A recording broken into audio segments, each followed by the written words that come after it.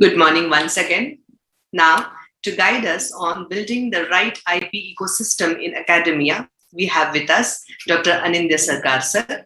He's currently the IPR Chair Professor at Nalsar University of Law, Hyderabad. He's engaged in consulting, strategizing, teaching, and training programs in the field of intellectual property management. His last corporate engagement was as AVP and head of IP with Infosys Limited, and was responsible for IP activities of Infosys Limited and its subsidiaries. Sir is a registered patent agent and certified patent valuation analyst, and has a unique distinction of 2 PhDs, one in science and the other in law. During his long professional involvement in IP, he had spearheaded several acquisition programs, both in and out licensing of IP. He takes active participation in patent awareness programs and other programs involving search techniques for patent and commercial information. Additionally, he is a visiting faculty on IP with several law schools and universities. He speaks frequently at several industry forums, conferences, workshops, and has, to his credit, several papers and articles, book chapters in national and international journals, conference books, and over 20 patents. He has been also recipient of various awards in national and international forums. Without further ado, over to Dr. Anindya Sarkar, sir. Thank you, sir. Thank you so much for being with us. I'll stop my screen sharing. Yes, sir. You can share it. You are on mute, sir. Am I audible now? Yes, sir. You are audible. Good morning, everybody. Let me first try to share the screen. Yes, sir. Yes, sir.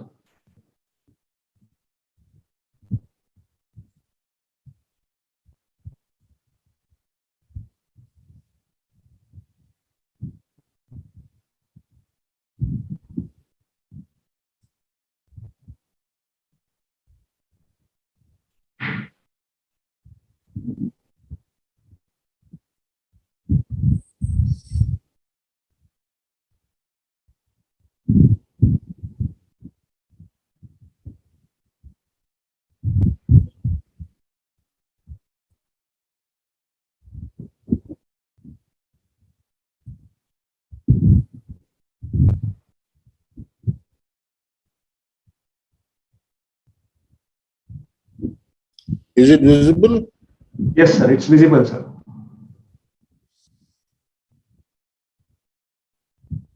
It's been zooming, sir.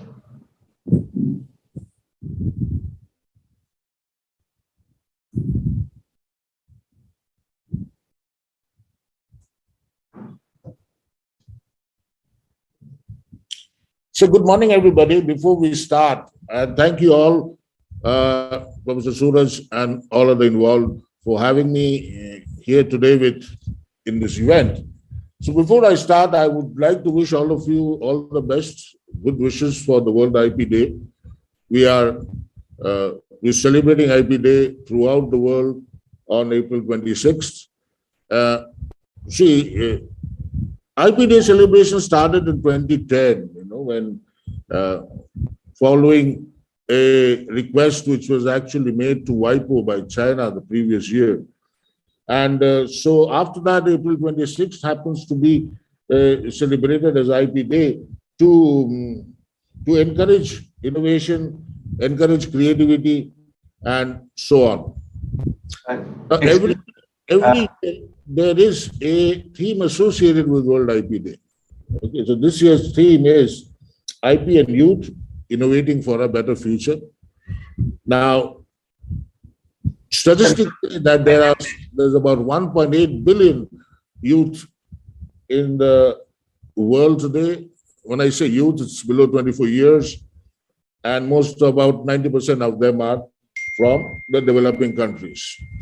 And so they are a huge potential of untapped energy and the potential, and to some extent, many of them would like to use the IP system in different ways. So let's look at what where do we stand in the IP ecosystem in academia today, and what more we can do? Sorry to interrupt. Anindya sir, can you just reshare again? We are not able to see your screen. Can you please share again? Okay.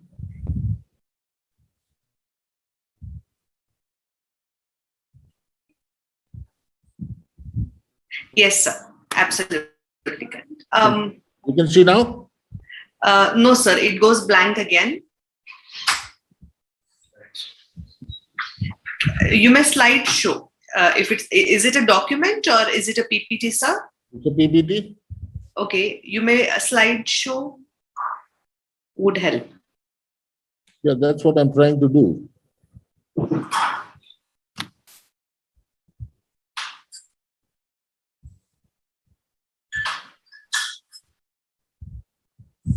Yes, sir. Now it's visible.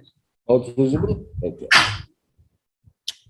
So let's look at where we stand and how we can make it a much more beneficial and meaningful.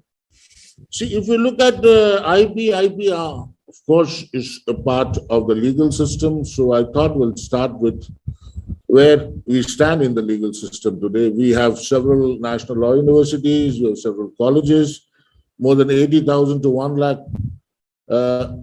youngsters take admission in law every year. That's a huge number. And we have more than 20 lakhs freshers available in the market who can really transform the future. So the role of law school is definitely becoming wider and wider. And the ambit of justice is not just winning a case. There are various other facets of it. Okay? And this is controlled by various stakeholders like the UGC, the DBIT, the NAC, the Bar Council, the law commissions, and the courts. Now, when I say you are a legal student, not all of them are going to practice IP. No? And that's absolutely okay, and all of them shouldn't practice IP. So for those who are interested, many of them move forward, and let's look at the role of IP now in the current trends in IP education. Well, there are some excellent points, there are some good points, and there are a few not so good points as well. Well, IP law is not a compulsory subject in many law universities and law colleges. NLUs have it as a compulsory course, but everything is taught in one semester. It's only a handful of universities that offer specialization at master's level. We have adequate experience in case laws regarding copyright and trademark. However, understanding both copyright and trademark in the digital environment is still emerging and is a bit of a challenge. When it comes to patents, we still have a high reliance on foreign case laws, and because we have an inadequate pool of case laws in India. Trade secrets, GI, integrated circuit, plant varieties are new to many. The greatest challenge is not starting a course. Setting a syllabus is easy, but finding a teacher in IP still remains a challenge. That's about, at the graduate level, at the first degree level. But if you go further down, there's no compulsory component of IP in higher education and also in the science courses. The trend which was earlier, publish or perish, is now patent, publish or prosper. But when you say patent, publish or prosper, surprisingly, we do not have a formal learning to prosper. IP needs to be a joint venture between science, technology, law, and management. There needs to be an interface between science, technology, law, and management, as I was mentioning earlier, and an active coordination among these different domains so that some meaningful output comes out and which can be utilized. The DPID, IPR chairs are addressing and can address these issues solely or in partnership. Law schools can introduce IP management and technical components, whereas technical schools can also look into introduction of a few IP matters. Now, what's the current trend in IP training? Now, this is a very, very interesting situation because we have had more seminars in the past 10 years than in the last 10 decades on IP. Now, if you look at these seminars or sometimes conferences, they are mostly repetitive and general talk shows. It does not impart a skill set which is lacking, which needs to be built. Similarly, there's a need for adequate training modules, need for segmentation of target groups, which pharma, biotech, engineering, ICT, and so on and so forth. There is also a need to train the legal practitioners who have missed the bus. By saying missed the bus, who could not get into the developments of IP. At this point, I would also like to mention some of the steps which have been taken by the Delhi High Court. Delhi High Court has started a bench with two judges, and which will address and look into only IP cases. And it has just been a few weeks they have started functioning, and it has already gathered a lot of applause, and they're doing a great job. Maybe Delhi High Court can show us the path, and other high courts can really pick it up and inculcate the same needs and functions of the IP litigations which are pending. Surprisingly, the action of the Delhi High Court started because IPAB was abolished, okay, and there were a lot of pending cases which were now transferred to the High Court. Similarly, legislators and other officials also need to be sensitized. And, as I say, DBID chairs are doing many of those focus trainings so that we get a meaningful message being transmitted, which can be used in a conclusive manner.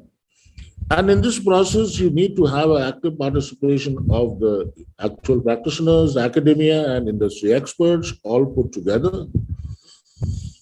So if I say, are there gaps in the IP academia ecosystem? There are gaps, definitely. And it's not a blame game, okay? You don't blame the university, teachers, student, curriculum, blame everything around us. No, it's not a blame game. So what are some of the gaps? I strongly believe that motivation can never be instilled from outside. It has to come from the academic system. Maybe academic system needs to more focus. Marks and attendance.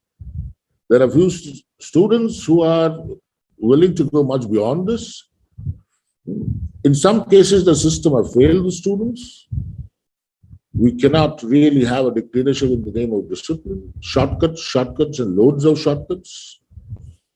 Cut, copy, paste, and Google have ruined the meaning of research project in many cases.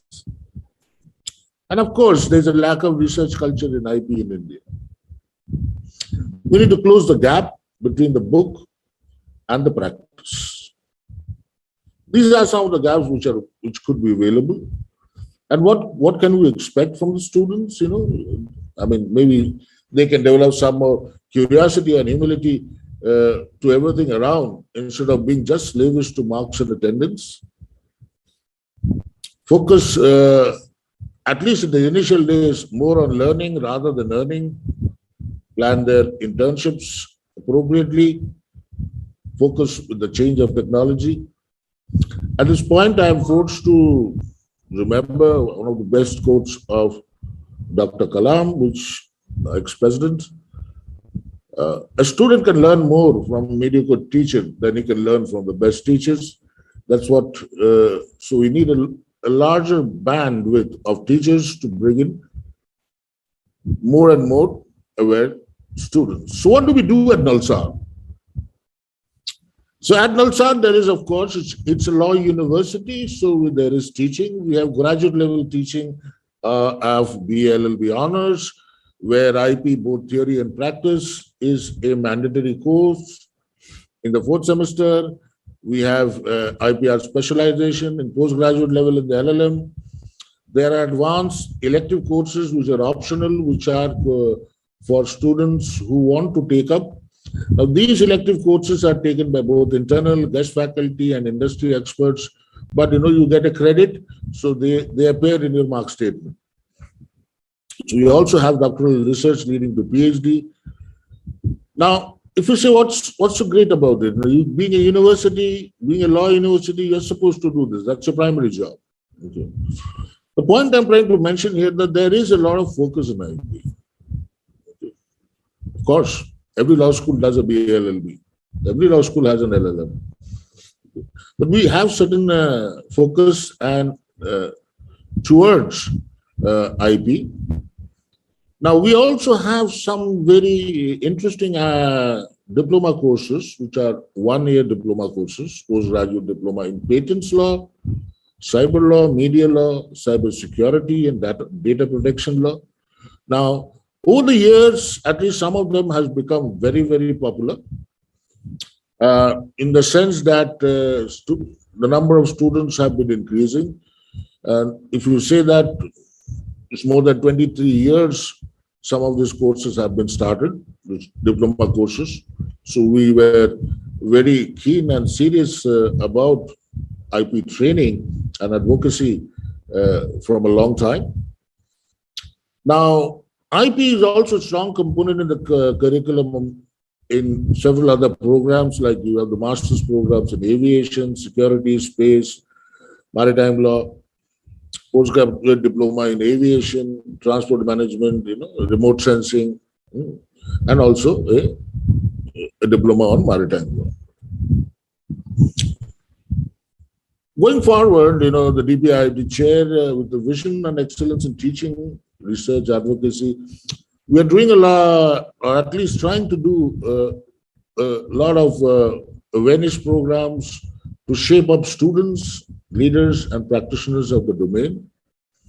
Nalsar also has the NC Banerjee Center for IPR Studies, which continuously focuses on contemporary issues and carries out research only in IP. We conduct conference, workshop, webinars, summer schools, IP clinics for students, IP clinic for targeted segments. And even, we do take up courses, electives at other NLUs and institutes. And we're trying to regularize our annual publication, the journal, Indian Journal of Intellectual Property Law. And we continuously carry on doing research in relevant and contemporary issues in IPR, which should result in some good publication. Now, this is regularly what we are doing. So I thought we'll give you a picture of what we actually are doing in Nalsar in this for the IP ecosystem. Thank you very much. If there's some questions, I would love to take it.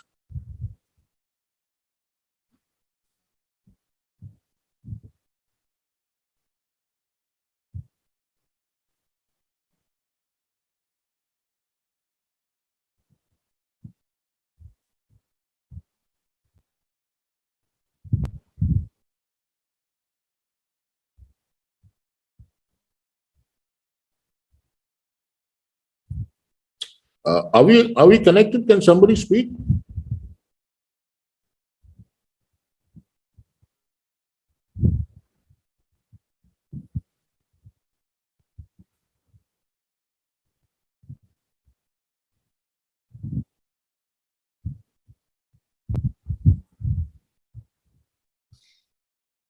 Yes, sir. Sorry, we got power failure at our university. Yeah. Thank you so much, sir.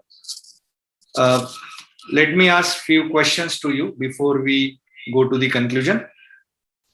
Sir, what kind of careers can the youth look for in the field of IP? It may be for lawyers or it may be for non-lawyers. See, basically, when you look in a career for IP, there are three disciplines which somebody would like to be interested. One is being an in-house practitioner, join law firms or have his own law firm, or join academia. Okay. Now, for lawyers, if you look at it, in most of the, if I keep academia aside, in IP, it is two main streams, that is litigation and prosecution.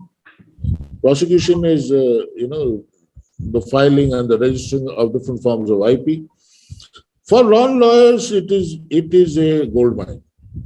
Okay, it's a gold mine because there is a lot of hidden possibilities there, which I'm not saying that lawyers cannot take up. Lawyers can also take up, but if you really look at it, I joined in and I was hearing Dr. Kishore's last few slides. That's patent informatics. Patent informatics by now today has become a profession. There are companies which make that as a business and do only that. So analytics has been there in a large way. Then you have segmented areas like due diligence. You have segmented areas like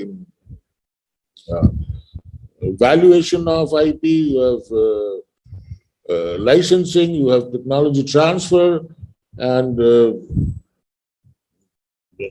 finding out opportunities, finding out partners, competitors. Now, many of these situations, because of a higher requirement of scientific and technology understanding, some of the non-lawyers have a great opportunity. Thank you so much, sir. Thank you. Sir, what are the implications of IPR in a research study? See, implication of an IPR, now that question is very, very broad. If you really look at what are the, see, every research study, it is not that somebody is researching on topics of IPR. Somebody can research in any topic, okay, from automobiles to aircraft engines, and there are some ethics and basics of researches that which are to be followed, and there are some regulations which the IP demands, like respecting the copyrights, etc. for and non-infringement issues. So those are also implications of IP in any research, if you look at it. Thank you, sir. Thank you so much.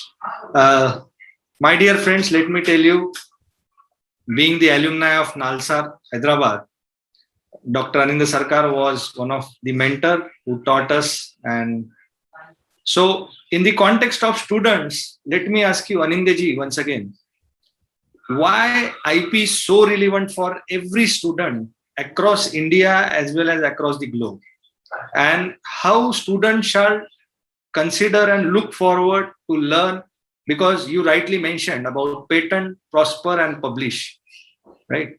So what message would you like to give your students on today's World IP Day occasion? See, first of all, Professor Suraj, patent, prosper, that statement was made by a very great man. Okay. Yes, sir. Dr. Raghunath Mashelkar. Yes, sir.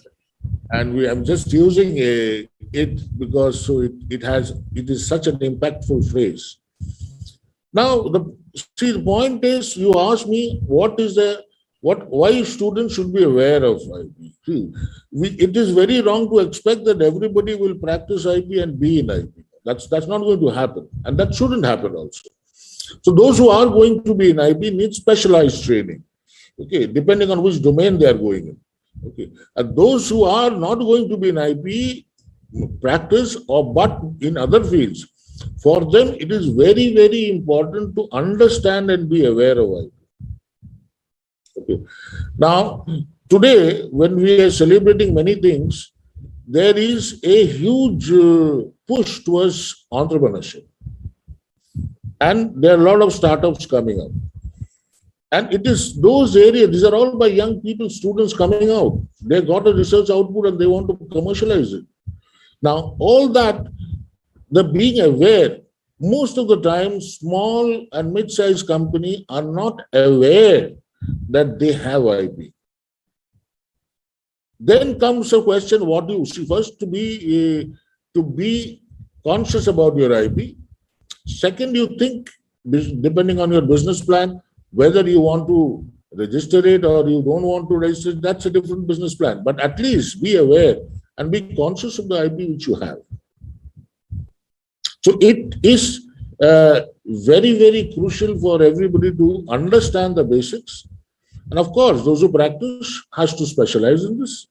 And in today's world, we cannot, where the technology is changing so fast, we cannot be ignorant about IP. Does that answer the question? Yes, sir. Thank you so much, sir. Sir, we also have participants from startup world as well. What is your message to the new startups? Because they have been passionate to transform their startup into unicorn. How IP is significant to them and how they shall look forward in the domain of IP? The first thing is, I would say, be conscious of your IP. You should be clear that I own IP or I don't own IP. And then, which doesn't happen because most of the startups, the founders are trying to do almost everything. So they have very little time and priority of IP goes down. Then comes a time of procrastination when you see that you have an IP, what to do with it. Okay. I think that they should look for a multi-layer protection of IP and and be aware of what IP is there in their bag and have a business plan whether they would like to protect it which way or the other. Now, I've also noticed that whenever these startups try to raise money, whether it is from a venture capital or an investor or an angel investor or institutes, at a B-level funding, that's a time when the investor starts asking, what IP do you have? And that's the time they become, it's a knee-jerk reaction that I have to look for IP, I have to find. But, considerable time has been gone. And you might have lost rights over some things which you had developed. So the message is that be conscious about what IP you have. That's point number 2. Point number 1 is don't infringe somebody else's IP. Try to see that your functions has a freedom to operate. Build your IP, and then you can. I can actually quote a wonderful book, which is Edison at the Boardroom. Okay, in that book, they clearly discuss how that first you become, you do not infringe, make sure of that. Second, you file patents. Third, you become a leader in that. Then you integrate your IP function with all other functions of the company, and finally, you become a benchmark. Okay. So it's a good book if somebody wants to read it. Thank you, sir. Thank you. Such a wonderful insight. There is one question from Miss Priya. She would like to ask if any university or college design its own faculty evaluation matrix and want to protect it, will it be under patent or copyright if the matrix comprises of numbers and words? If the matrix is on just text, okay, that's a creation. That is anyway copyrightable. If you convert that to a technology, okay, what I mean by technology is you convert that to a application or an algorithm which runs on a computing system, you might think of a patent, but overall, first thing is it is copyrighted. But any time, see, copyright is self-generated. The moment it is created, you are the owner, copyright owner of that. Yes. So just to add that, Miss Priya, if it comes under literary work, it shall be protected under copyright. And as Anindyaji mentioned, if there is some outcome, if it transforms into some sort of algorithm or program, then that can be considered for patent.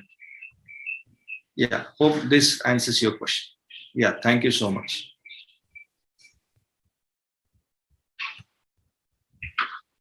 Yeah, there is one more question from Mr. Srinath. What is the minimum cost for filing IPR? Okay. Now, that's a very vague question. When you say, Yes, sir. see, let me tell you, when you say IPR, it's the costs for patents, trademark, GIs, copyrights are all different. Okay. Now, it depends what you want to file. And remember, I can tell you there is how this pricing breaks. So there is, at the time of filing, you have to pay some filing fee. When it is issued, whether it's a patent or a trademark, you need to pay some issue fee. And to keep it alive, every year you need to pay some renewal fees. Now, these are government fees which are fixed. Of course, today startups are getting huge discount in this statutory fees. And to do all this, you need lawyers. So you have to pay the lawyers as well, the law firm. That will be your expense.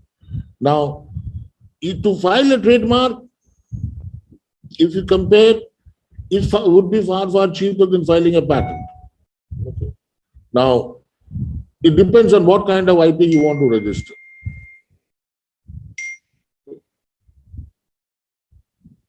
Thank you, sir. And just to add, Mr. Srinathji, even government has subsidized it by 80%. So you definitely look forward to it. There is one more question from Mr. Devendra. What's your view if government create a separate IPR court, at least one for each state, for better career prospects and career growth? Would you like to add something, sir? Anindya, sir? See, I assume when you say create a separate board, means that you are saying that every state will have their own IP office. Now, that is a bit difficult. Okay, that is a bit difficult because, of course, for the usage, if there is a demand, there is a requirement of number of cases are rising and the existing 5 offices cannot handle it, probably there is a need. But in today's digital world, where all the filings can be done online, okay, you do not need a physical presence of an office. And if you look at the pendency of in the patent office has come down a lot. So whether the office is in Pune or Mumbai or Bhopal, it does not matter. You are most of them are using an online method. And of course, if there is a need, you can ask for increasing manpower of patent office. Location is no longer an issue in today's world. Is that fine? Yes, sir. Thank you, sir. Thank you. Yeah, again, it's a vague question. Anita ji would like to ask that as a women inventor for patent filing by her own company, is it so that there will be less time for patent grant, and what will be the patent fees reimbursement structure? There are 3 questions here. As a woman inventor, you do get some incentives. The patent office gives you certain discounts as a woman inventor, and of course, your patent application can be taken up in the fast track mode. So you might be getting a decision of grant or reject much earlier than others. Now, when it comes to reimbursement, there are reimbursement schemes by DST, DBT, TIFAC, NRDC. They have a lot of reimbursement schemes of filing a patent at the time of filing and also at the time of grant. Now, on those reimbursement, they do not distinguish between men and women. So they reimbursement the patent cost, but at the filing and the speed, you can definitely have a certain advantage. Thank you so much, sir, for your insights. Thank you. There is one more question from Mr. Srinath. Whether patent first or paper publication? Mr. Srinath, never ever publish before you patent. You will be damaging your own patent application by creating prior art, which will be cited against your own patent application. File a patent, get a patent number, application number, a date receipt, then then go for publication in a journal. If you do the reverse, you might get the publication, but you will never get the patent.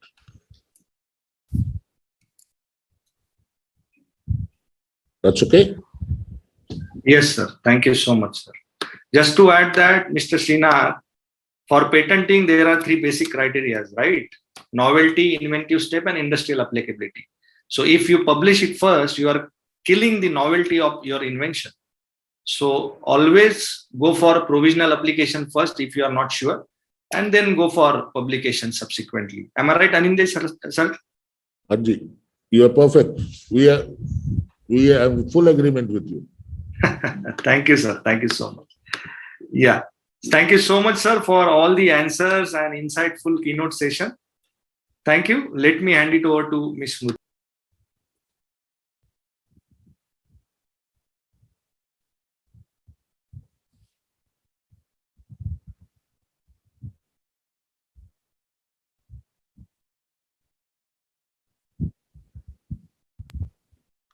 Thank you, sir. Thank you, Surat, sir. Thank you, Dr. Anindya Sarkar, sir.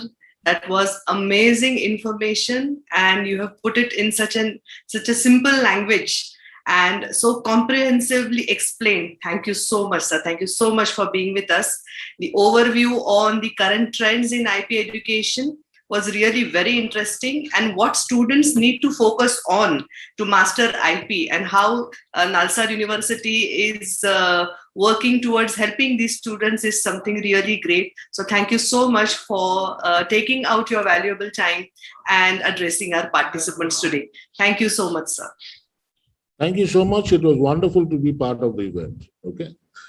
Thank you, sir. Looking forward to more such sessions from you soon. Thank you so much, sir.